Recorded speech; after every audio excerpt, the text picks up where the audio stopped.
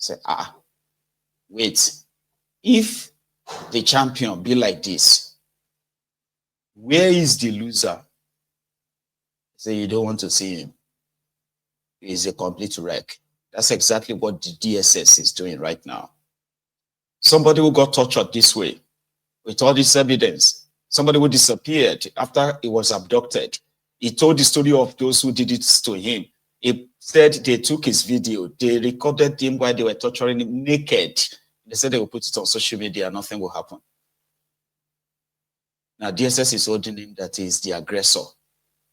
That in fact, he is the criminal.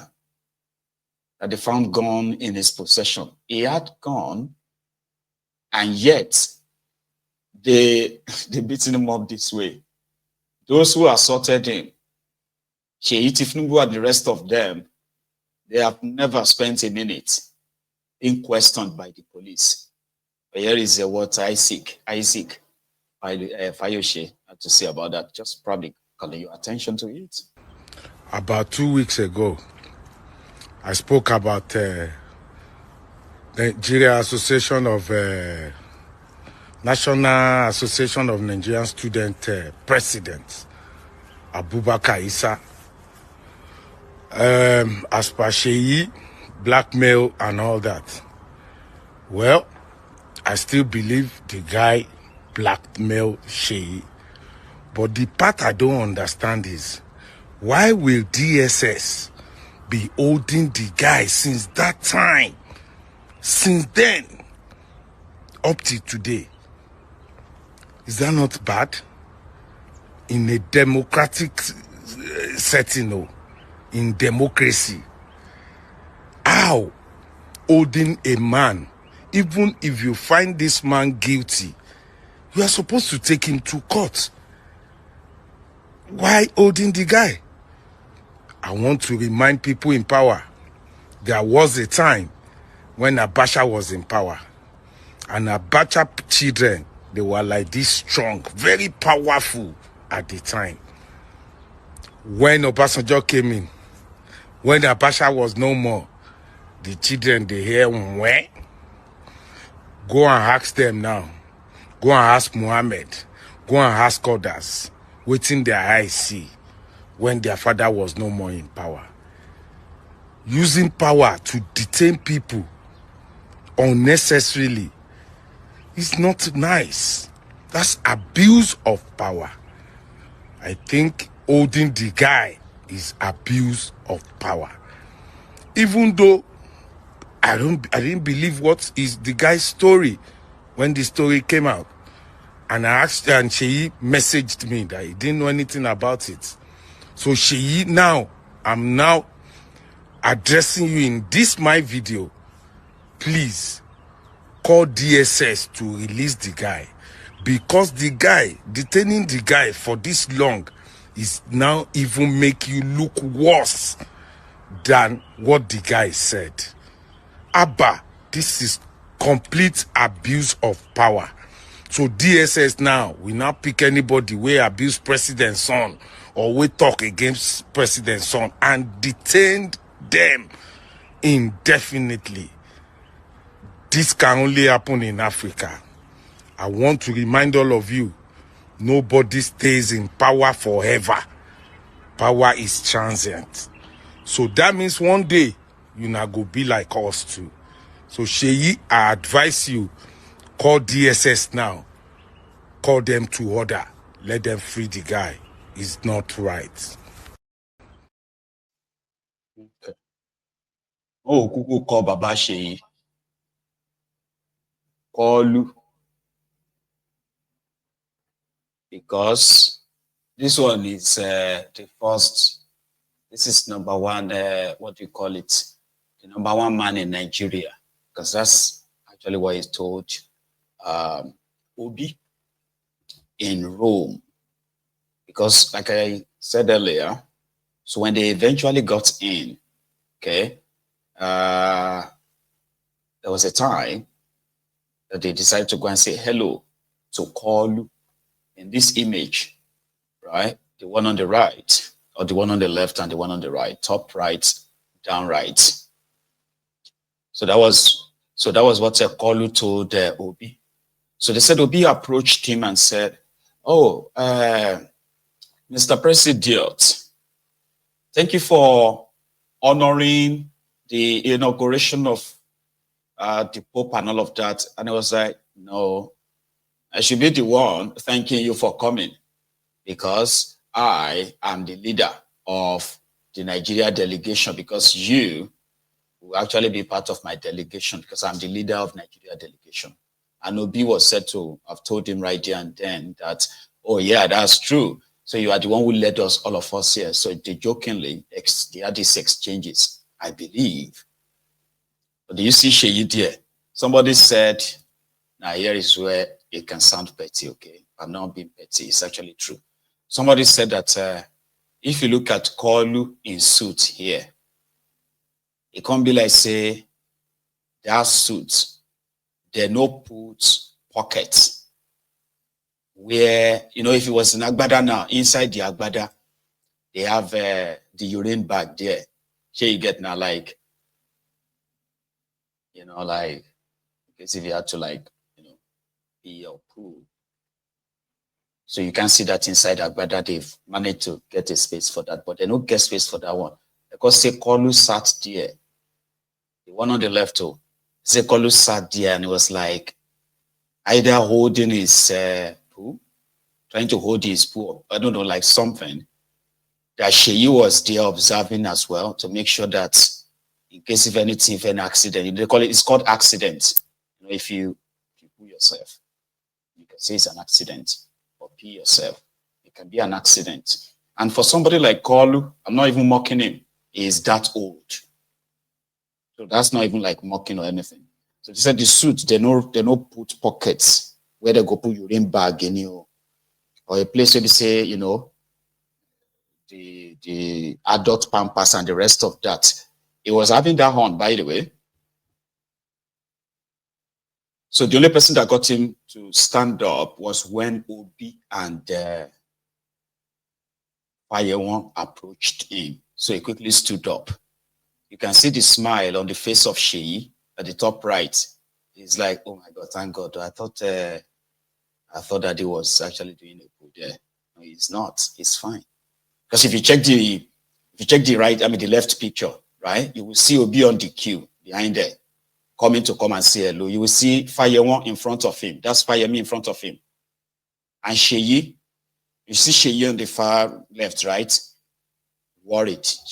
Then look at Tinubu's face as well. Yeah, I know it's being petty, but I'm just being descriptive of all that we saw. And after that, Obi is back in Nigeria. We don't know where Kolu is to. Okay. And when he was asked about, the experience or the meet at the Vatican, Obi had this to say. You were in Rome. We saw the photograph of yourself and the president. Of course, online people thought that otherwise maybe they expected that you and the president are fighting. But there you go to him and the things. There is this. I and the president is not fighting. Okay. I'm not fighting anybody. Yes. My fight is against bad governance, against hunger, against poverty, against out-of-school children, against people not having health services. This country have less than 10% insurance care, health insurance. Should be 100%. These teachers teaching here should be paid by government because it's universal basic education. The law says here that our children should go to school free. So what my Lord is doing is helping government. Government should help him. Okay, That's what I did in Anambra State. I'm in coalition against hunger, in coalition against poverty, in coalition against good health. Politics for me is not about position. It is about doing the right thing. But is that a report true, sir? Whatever you make of it, I can tell you, I, Peter, have told you where I stand. I just came back this morning. I didn't go talk about politics. I'm talking about the education of these children. You don't do it with politicians. I don't fight. I'm not talking about position. In this country, we talk about politics and abandon what we should be talking about. What we should be talking about is how are we going to... The people. Because yesterday, like an agenda as usual, the SPV boys, special purpose vehicle boys, the articulators, the articulated mugus, articulated morons. Some said articulated alimajiris, but that's you, not me. They started flying this story of their coalition. You know, they are talking about coalition to remove Tinubu in 2027. So the coalition, part of the dilemma, hang on, the coalition was that all the opposition figures should come together to form a very strong coalition before 2027 if they actually want to get rid of Tinubu. But presently, it seems that Tinubu is the one that is just buying every player, whether valuable or not valuable, in which so many people believe that he is actually panicking. Like if you see the level of all these guys who are running to them and all that, it's a sign of being like panicky. Others said no, it is a sign of giving up early than to face Tinubu because they don't want to face Tinubu. So these guys started pushing this story of, oh, the coalition, right? Atiku has agreed to use Peter Obi as the vice president for 2027. And by 2031, Atiku will now hand over to Obi. I don't even understand where some of these ideas actually comes from, right? People say them all the time, okay? I'm coming back to that one, don't worry. Like, somebody will be like, Tinubu will hand over to you, to Ribadu in 2031. And I'm like, well, you're not supposed to have an election. So you get bored. Again, I'll be naive to think I don't understand what they mean. All right? So, coalition. It'll be vice. If anything happened, I thought that they put Peter Obi as a vice to anybody in any arrangement, see, right? I can tell you this for free. I mean, it doesn't mean that I'm probably right. I'm not just saying it. I'm saying this from available data, from experience, from stats and the rest of that. Sure, you get. More than 70% of those who identify with Obi in 2023 and even now, will cut the entire thing off. You won't see them again. They won't be interested. They won't be involved anymore. Because you know something, except if you are lying to yourself, okay? When you look at those who believe in Obi, these are people who you can say maybe naively or out of naivety or so, because I can't say ignorance. It's not ignorance somehow, but still naivety, right? They don't believe in any party or any structure or anything at all. They will tell you that Obi is their political party. Obi is, wherever it goes, whatever it does, sure you get. And many of them are saying that if it's not going to be on the ballot, they are not participating. They are not interested. They are already saying it. Obi himself is aware. So that's why he's now playing the politics to say, well, he doesn't want to say things that will make those who are talking coalition, right, to finally feel like he's probably never going to be useful to them if he's not going to be the candidate, right? And at the same time, sending the message to his own base, the obedient that I'm not saying I won't be part of any of, but I will only be part of a certain coalition. So for now, I am more concerned about this, which means I have no agreement with anybody. So you see that in the middle, kind of. So they started pushing the agenda yesterday, but I was so surprised that about this morning, about 4 or 5 bigger media platforms from Nigeria, they've published it. I mean, the Punch published it that Obi agreed to be a vice president to Atiku, and Atiku will do 1 term, and then Obi will like, right? So he just said he did that. It's not part of any of that arrangement. It's not true. There is a statement they put out as well upon his return from Italy, Rome, this morning. That was a school in Abuja. Yeah, I think it's a Catholic or Anglican school. So where he went to, as usual, donate and then support them. The same place. So, hang on. I think I even have a copy of him with the children as well.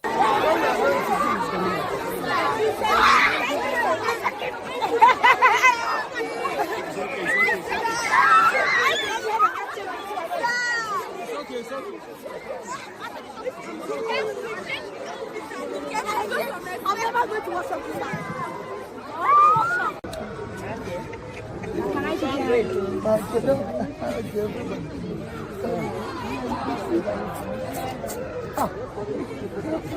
unbelievable.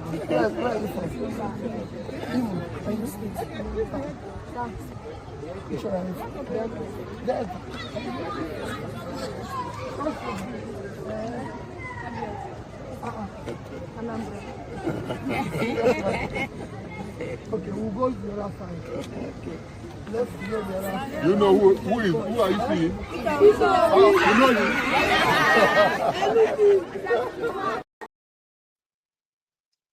So there were children in a supposed Catholic, I don't know. Catholic is different from Anglican now, Abi. Catholic first, then Anglican next.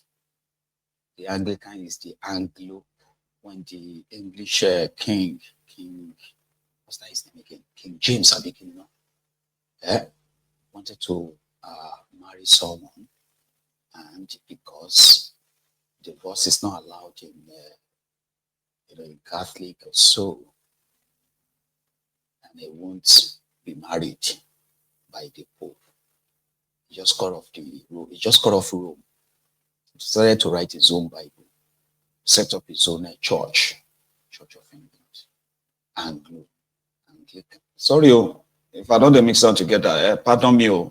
That is just unintended digression. Okay, now let's leave that to still talking about the coalition, though. All right, Kenneth Okonkwo, who was on a rise yesterday, I believe, had this to say, because he said he's also a member of the coalition himself.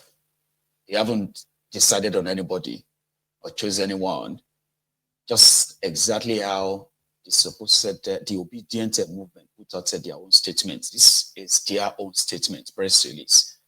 Let me come back to that. All right. But Kenneth Okonkwo. Of clarification in less than 1 minute. Now, where do you now stand in the political equation? You say you have left Labour Party. You don't agree with opposition coalition politics. I thought you would even come here this morning and praise President Tinubu and say, it's good that the Northwest has endorsed him. But, you took a different tack. So where are you now in terms of this political game? Or you have left politics to just be a critic? You have joined us on this side. Where are you? Well, I told you that Northwest has not endorsed Tinubu. As a matter of fact, it's even only politicians of APC, so which they are not up to 1,000 persons. So that is, by the way, I told you Northwest is 60 million persons. No, so they have not your own politics. Tinubu. Your own politics. Where are you now? Where are you now? My own politics, I told you I am a member of the coalition. We have not chosen officially a platform. We are talking, and I am part of the talks. And when we choose a platform, which might not be too long from now, we will inform Nigerians. I told you when I leave a party, it is because of the party itself, not because of another party. So when I leave a party, I go into negotiation because I have to be sure of which people and which party is interested in the security and welfare of Nigerians. You have to assure me, and I have to know the people I am going to enter into such party with. And when I get all those answers clear, when I tell Nigerians this is the way to go, they will believe me. Because in all honesty, we need a new thing. We may not go back to change the beginning, but we can start from where we are today and change the ending. Okay, on so that I note, am part of the coalition. I said it, and I mean it, and we will achieve it, and we will succeed. Thank you. Well, you see, in politics, candidates have the choice to get into their own discussion and negotiation.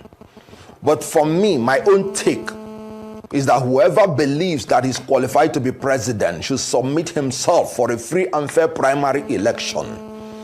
That toughness that we're going to face in the primary